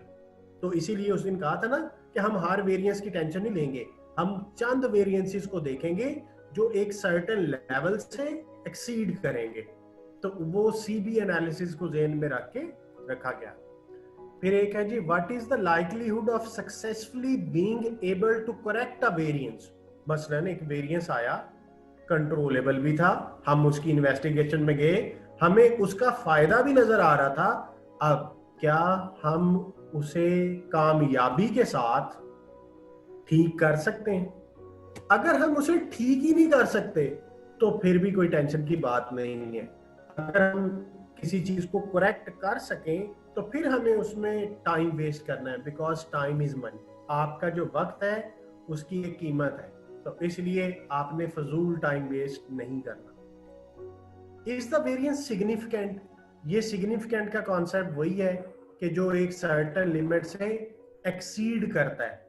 वो डॉलर भी हो सकते हैं, वो परसेंटेज भी हो सकती है। ये बात हमने ऑलरेडी की थी, उस दिन हमने पढ़ा था, we will investigate only those variances which exceeds a certain limit. Limit dollar में भी हो सकती है, परसेंटेज में भी हो सकती है। और इस चीज को हमने उस दिन एक नाम दिया था, एक्सेप्शनल रिपोर्टिंग। एक्सेप्शनल रिपोर्टिंग,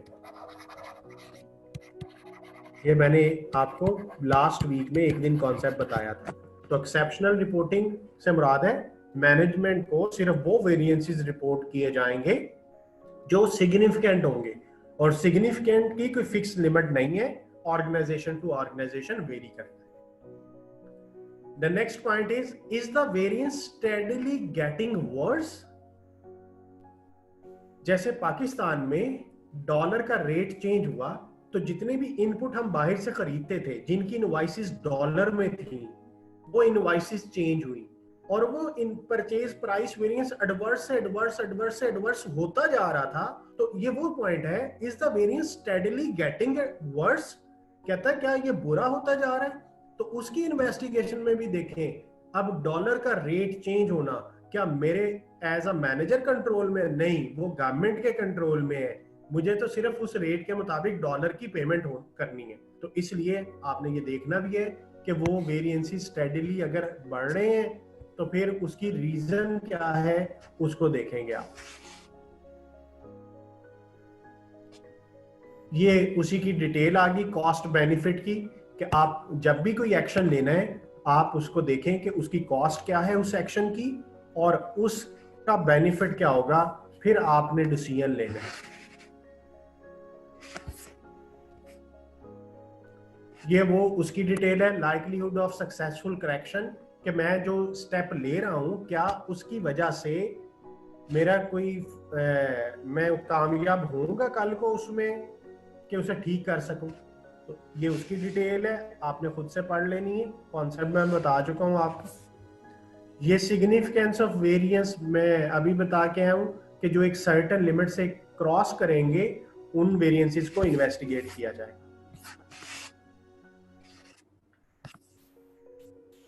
ये चैप्टर की समरी है जो हमने चैप्टर पढ़ा।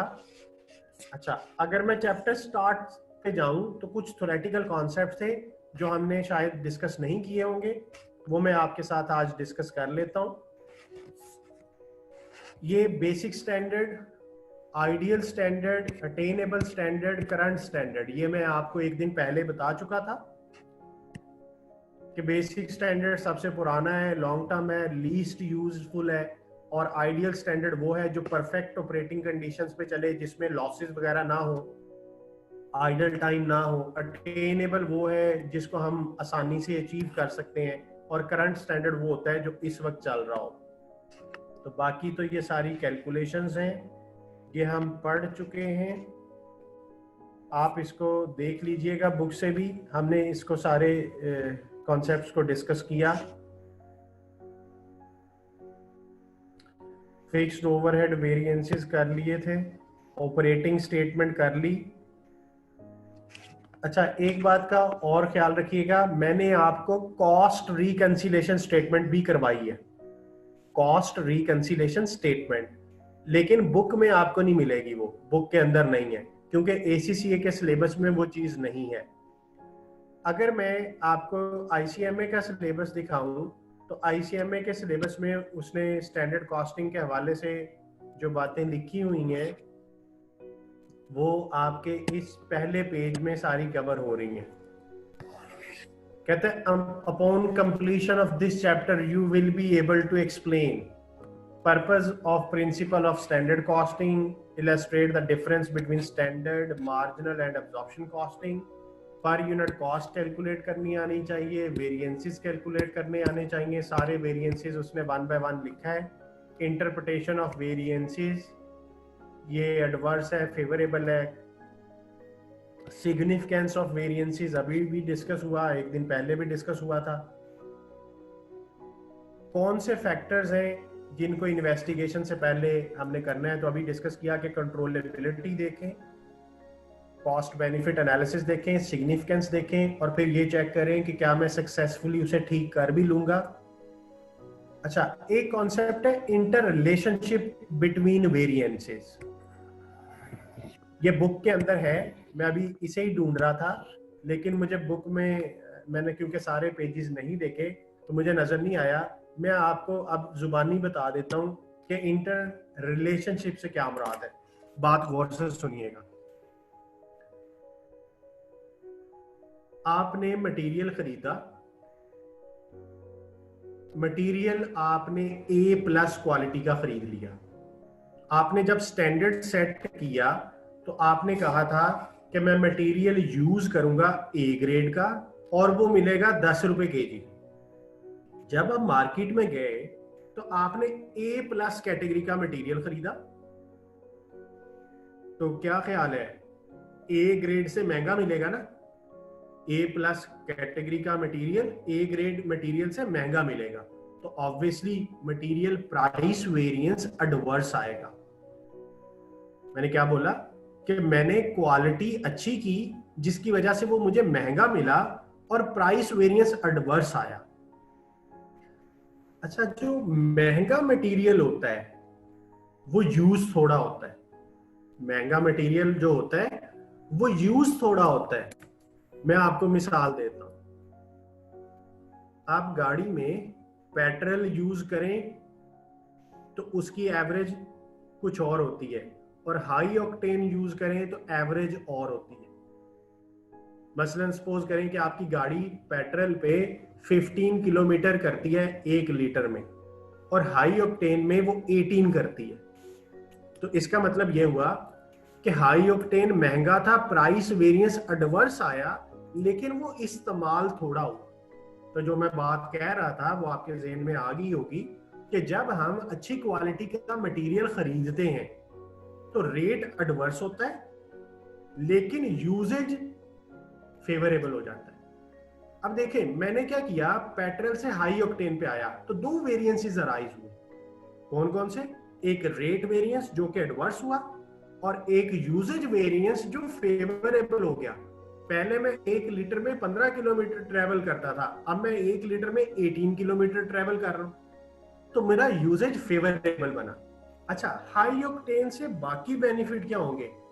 गाड़ी स्मूथ हो जाएगी, इंजन पे फेवरेबल इंपैक्ट आएंगे।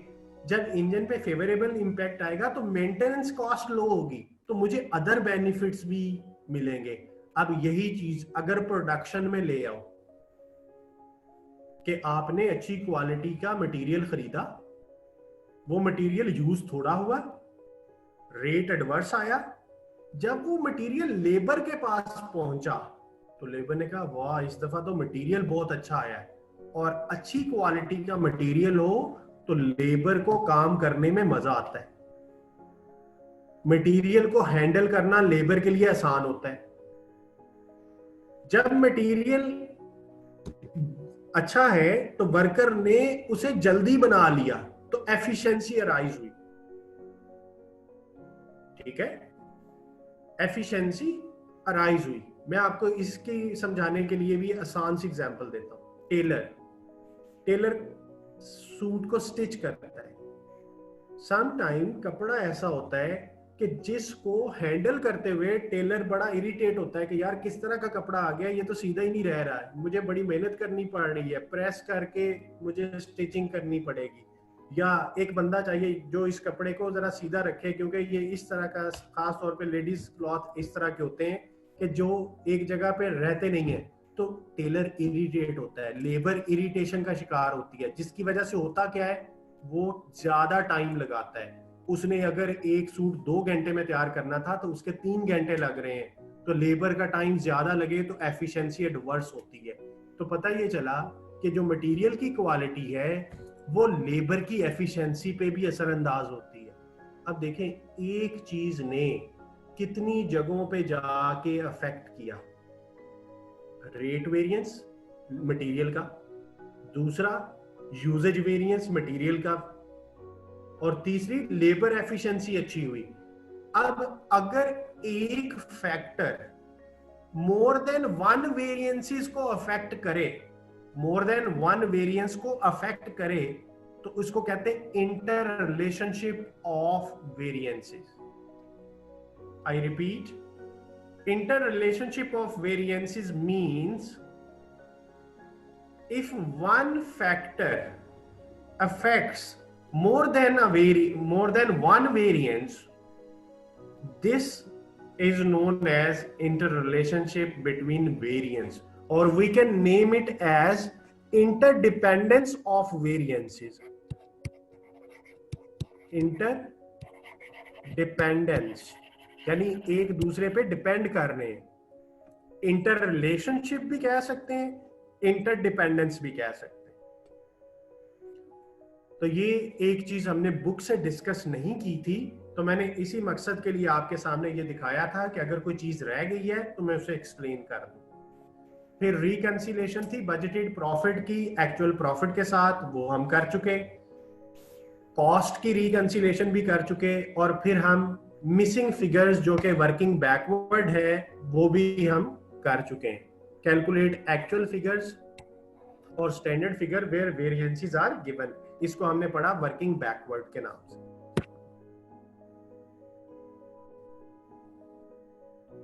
आज का पीडीएफ नहीं मिलेगा आपको, मैं आपको स्क्रीन दिखा दूंगा, आप उसका स्क्रीनशॉट ले लें, क्योंकि वो बहुत सारे पेजेस हैं, तो मैं आपसे पीडीएफ शेयर नहीं कर रहा। वैसे भी वो टेस्ट योर अंडरस्टैंडिंग का सोल्यूशन है, लेकिन मैं आपको वो दिखा देता हूँ जो हमने आज किया है, आप उसका स्क्रीनशॉट ले लें।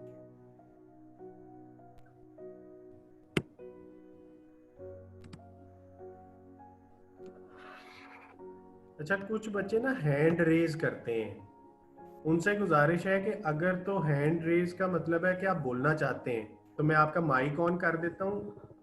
अगर आपसे गलती से हो जाता है तो अब ऑलमोस्ट लास्ट क्लासेस चल रही हैं, तो अब आप इतने समझदार हो जाएं कि गलती से हैंड रेज ना हुआ करें। रिकॉर्डिंग शेयर हो जाएगी जी, रिकॉर्डिंग तो आपको शेयर होती है।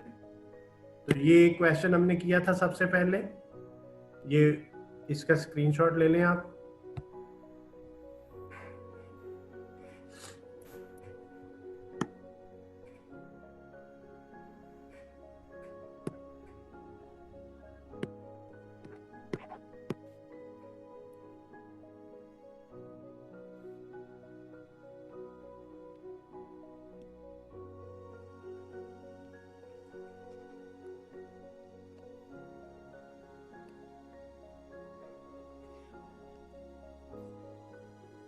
एक ये सॉल्यूशन था,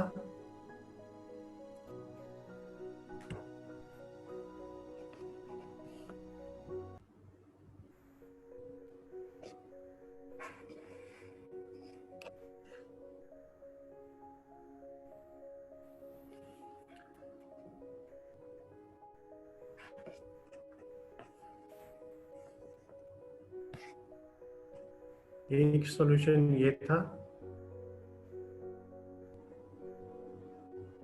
यही हमने लास्ट पे किया है।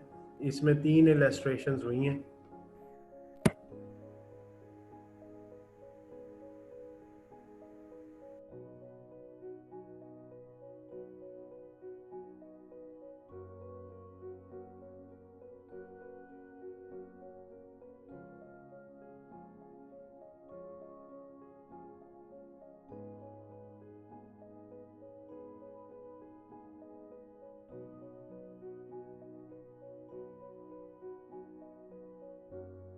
हैं व्हाट्सएप पे किट करें, क्योंकि मैं उनको हर रोज कहता रहा हूं कि इतने सवाल कर लें।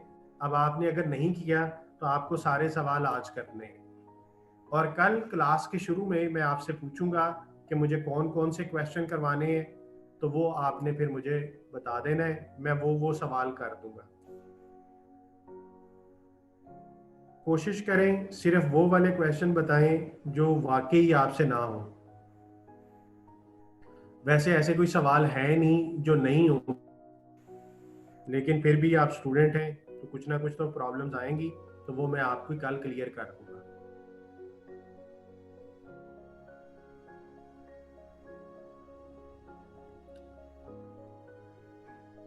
आपको मैंने शुरू में कहा था जब ये कोर्स स्टार्ट हुआ कि एक वक्त आएगा कि मैं आपको एक भी एमसीक्यू नहीं कराऊंगा तो आपसे सारे हो जाएंगे।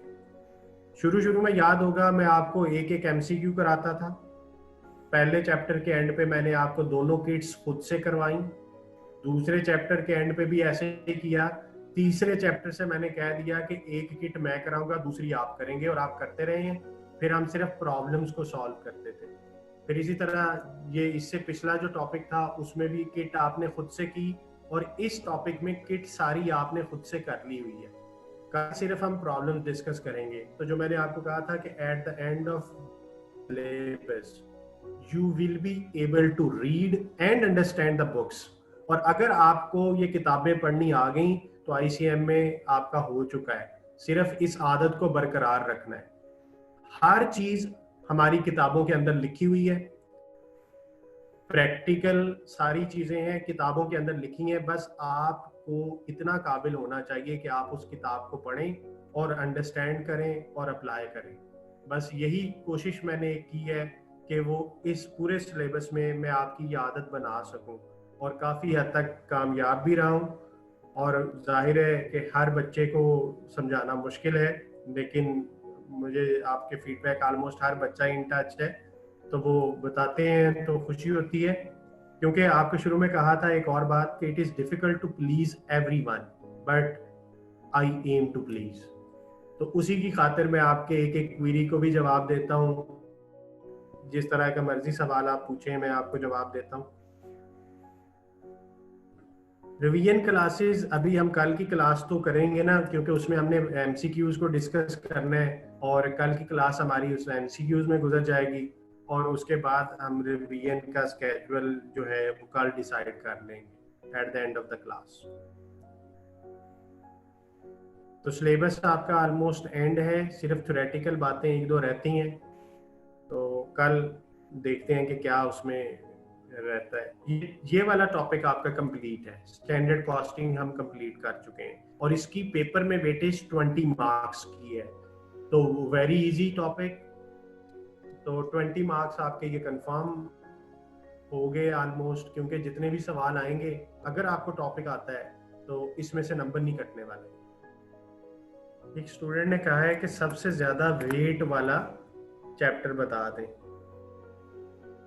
कोर्स आउटलाइन देखो यार, एक चीज होती है डिपेंडेंस, डिपेंडेंस को कम करें, खुद थोड़ा दिमाग यूज किया करें कि आप क्या पूछ रहे हैं कि वेटेज, तो वेटेज कहाँ भी होती है कोर्स आउटलाइन में। Course outline so many times हमने डिस्कस की है, तो कोर्स आउटलाइन से देखें आपको पता चल जाएगा। लेकिन अगर मैं अकेले एक टॉपिक की बात करूं जो अकेला सबसे ज्यादा वेटेज वाला है, तो वो यही वाला है। 20% इस पार्ट के सामने लिखा हुआ है, मैं आपको दिखाता हूं। अभी वेबसाइट से कोर्स आउटलाइन डिस्कस कर लेते हैं एट द एंड। जी ठीक है जी, ICMA वेबसाइट पे जाके मैं एजुकेशन में गया हूँ, सिलेबस मैंने टिक किया है। आप जो सब्जेक्ट पढ़ रहे हैं वो ये है, fundamentals of cost and management accounting. ये ए पार्ट था, ये 20% का बी पार्ट है जिसमें 3 चैप्टर है, मटेरियल, लेबर, ओवरहेड्स। ये 40% में absorption costing, job batch service costing, process costing, और ये स्टैंडर्ड कॉस्टिंग है 20%। इसमें हमने क्या क्या पढ़ा, स्टैंडर्ड कॉस्टिंग क्या होती है, प्रिपरेशन ऑफ स्टैंडर्ड पढ़ा, यूज ऑफ स्टैंडर्ड कॉस्टिंग पढ़ा, other aspects of standard costing, variances, direct material variance, direct labour, variable overhead, fixed overhead variance, reasons for cost variances. अच्छा, ये रीजंस फॉर कॉस्ट वेरिएंसेस हमने class में as such discuss नहीं किया कि variance क्यों आता है, स्पेशली डिस्कस नहीं किया, इनडायरेक्टली होता रहा है। तो आप जब बुक देखेंगे F2 कैपलान की, जब आप टेक्स्ट बुक देखेंगे तो उसमें उसने हर वेरिएंस के साथ ना उसकी रीजन लिखी हुई है कि प्राइस वेरिएंस फेवरेबल क्यों होता है, यूजेज वेरिएंस फेवरेबल क्यों होता है, एफिशिएंसी फेवरेबल क्यों होता है, एफिशिएंसी एडवर्स क्यों होता है। तो वो रीजंस आपने पढ़नी है, सिंपल सी रीजंस हैं, लिखी हुई हैं, सेल्फ एक्सप्लेनेटरी है। फिर हमने सेल्स वेरिएंसेस, ऑपरेटिंग स्टेटमेंट, और deriving actual data from cost details and variances, और इंटर रिलेशनशिप बिटवीन वेरिएंसेस। तो ये देखें, हमने स्टैंडर्ड कॉस्टिंग जो है इसके हमने ये 20% वेटेज जो है ये पूरा डिस्कस कर लिया। और इससे पहले हम ये जॉइंट बाय प्रोसेस और जॉब बैच सर्विस कॉस्टिंग और मार्जिनल अब्जॉर्प्शन को भी ऑलरेडी पूरा डिस्कस कर चुके हैं। ओवरहेड्स को हमने कर लिया, लेबर को कर लिया, मटेरियल को हम कर चुके, ये कॉस्ट बिहेवियर हम कर चुके हैं, कॉस्ट क्लासिफिकेशन कर चुके हैं। ये हमारा एक रहता है सोर्सेज ऑफ डाटा, ये थ्योरेटिकल एरिया है। सोर्सेज ऑफ डाटा ये रहता है 3rd नंबर वाला, और ये बाकी हम कर चुके हैं, कॉस्ट क्लासिफिकेशन, और ये मैनेजमेंट अकाउंटिंग क्या होती है, ये डाटा और इंफॉर्मेशन वगैरह ये थ्योरेटिकल रहती हैं 2-3 चीज़ें। बस ये हमारा आप समझें कि थर्ड पॉइंट पूरा रहता है और 2 में से 2-3 बातें डिस्कस करने वाली रहती हैं कि डाटा क्या होता है, इंफॉर्मेशन क्या होती है, मैनेजमेंट इंफॉर्मेशन क्यों बनाते हैं। तो इसके हैंडआउट्स वगैरह मैं थ्योरेटिकली आपसे डिस्कस भी कर लूँगा। वैसे तो बुक से भी मिल जाएंगे आपको, शुरू वाले 2-3 चैप्टर थे बुक से भी किए जा सकते हैं, तो इसको हम डिस्कस कर लेंगे। तो सिलेबस हमारा 100% कंप्लीट हो गया जी। सिलेबस के हवाले से अगर कोई इशू है आप खुद भी इत्मीनान के साथ ICMA की वेबसाइट से ये देख सकते हैं। ओके, क्लास को एंड करते हैं जी। अपना ख्याल रखिएगा। अल्लाह हाफिज़।